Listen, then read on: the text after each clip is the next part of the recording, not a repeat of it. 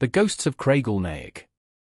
Two celebrated ghosts existed, once on a time, in the wilds of Aulnaic, a romantic place in the district of Strathdown, Banffshire. The one was a male and the other a female. The male was called Funa Moya Ben Bainac, after one of the mountains of Glenavon, where at one time he resided, and the female was called Clashnicht Aulnaic, from her having had her abode in Aulnaic. But although the great ghost of Ben Bainac was bound by the common ties of nature and of honor to protect and cherish his weaker companion, Clashnicht Aulnaic, yet he often treated her in the most cruel and unfeeling manner. In the dead of night, when the surrounding hamlets were buried in deep repose, and when nothing else disturbed the solemn stillness of the midnight scene, oft would the shrill shrieks of poor Clashnicht burst upon the slumberer's ears, and awake him to anything but pleasant reflections. But of all those who were incommoded by the noisy and unseemly quarrels of these two ghosts, James O'Gray, the tenant of the farm of Balbig of Delnarbo, was the greatest sufferer. From the proximity of his abode to their haunts, it was the misfortune of himself and family to be the nightly audience of Clashnicht's cries and lamentations, which they considered anything but agreeable entertainment. One day, as James Gray was on his rounds looking after his sheep, he happened to fall in with Clashnicht, the ghost of Aulnaic, with whom he entered into a long conversation. In the course of it he took occasion to remonstrate with her on the very disagreeable disturbance she caused himself and family by her wild and unearthly cries which, he said, few mortals could relish in the dreary hours of midnight. Poor Clashnicht, by way of apology for her conduct, gave James Gray a sad account of her usage, detailing at full length the series of cruelties committed upon her by Ben Bainac. From this account, it appeared that her living with the latter was by no means a matter of choice with Clashnicht. On the contrary, it seemed that she had, for a long time, lived apart with much comfort, residing in a snug dwelling, as already mentioned, in the wilds of Aulnaic, but Ben Bainac, having unfortunately taken into his head to pay her a visit, took a fancy, not to herself, but her dwelling, of which, in his own name and authority, he took immediate possession, and soon after he expelled poor Clashnicht, with many stripes, from her natural inheritance.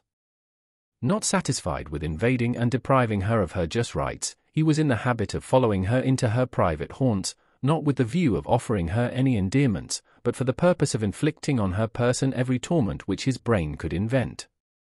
Such a moving relation could not fail to affect the generous heart of James Gray, who determined from that moment to risk life and limb in order to vindicate the rights and avenge the wrongs of poor Clashnicht, the ghost of Aulnaic.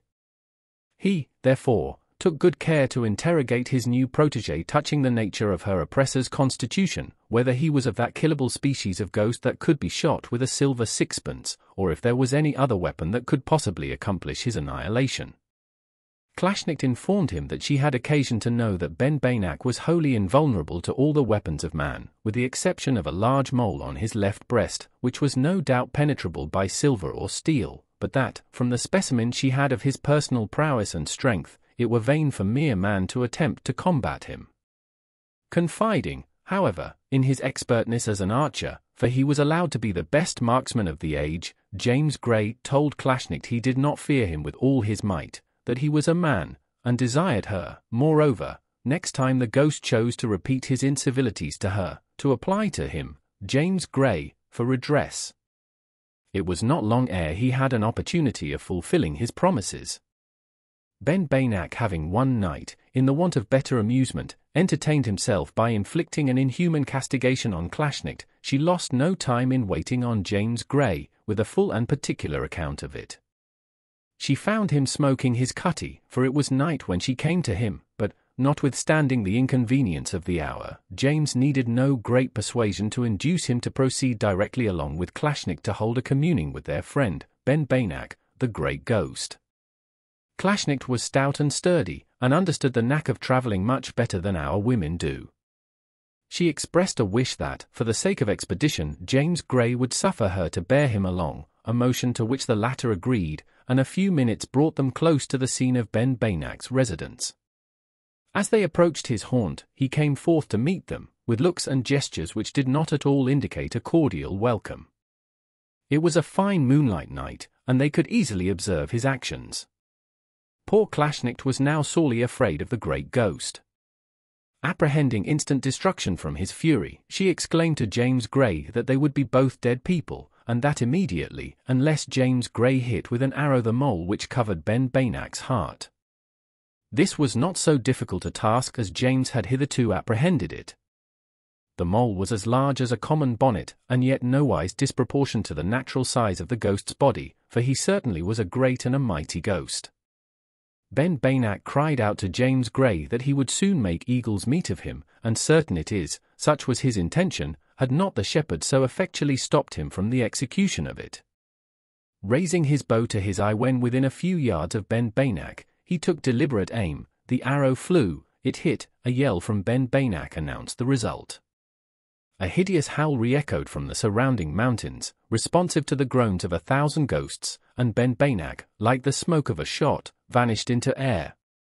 Clashnicht, the ghost of Aulnaic, now found herself emancipated from the most abject state of slavery, and restored to freedom and liberty, through the invincible courage of James Gray. Overpowered with gratitude, she fell at his feet, and vowed to devote the whole of her time and talents towards his service and prosperity. Meanwhile, being anxious to have her remaining goods and furniture removed to her former dwelling, whence she had been so iniquitously expelled by Ben Bainach, the great ghost, she requested of her new master the use of his horses to remove them. James, observing on the adjacent hill a flock of deer, and wishing to have a trial of his new servant's sagacity or expertness, told her those were his horses, she was welcome to the use of them, desiring that when she had done with them, she would inclose them in his stable. Clashnicht then proceeded to make use of the horses, and James Gray returned home to enjoy his night's rest. Scarce had he reached his armchair, and reclined his cheek on his hand, to ruminate over the bold adventure of the night, when Clashnicht entered, with her breath in her throat, and venting the bitterest complaints at the unruliness of his horses, which had broken one half of her furniture, and caused her more trouble in the stabling of them than their services were worth. "Oh, they are stabled, then?" inquired James Gray. Clashnicht replied in the affirmative. "Very well," rejoined James, "they shall be tame enough tomorrow." From this specimen of Clashnicht, the ghost of Craig Aulnaic's expertness, it will be seen what a valuable acquisition her service proved to James Gray and his young family. They were, however, speedily deprived of her assistance by a most unfortunate accident. From the sequel of the story, from which the foregoing is an extract, it appears that poor Clashnicht was deeply addicted to propensities which at that time rendered her kin so obnoxious to their human neighbors. She was constantly in the habit of visiting her friends much oftener than she was invited, and, in the course of such visits, was never very scrupulous in making free with any eatables which fell within the circle of her observation.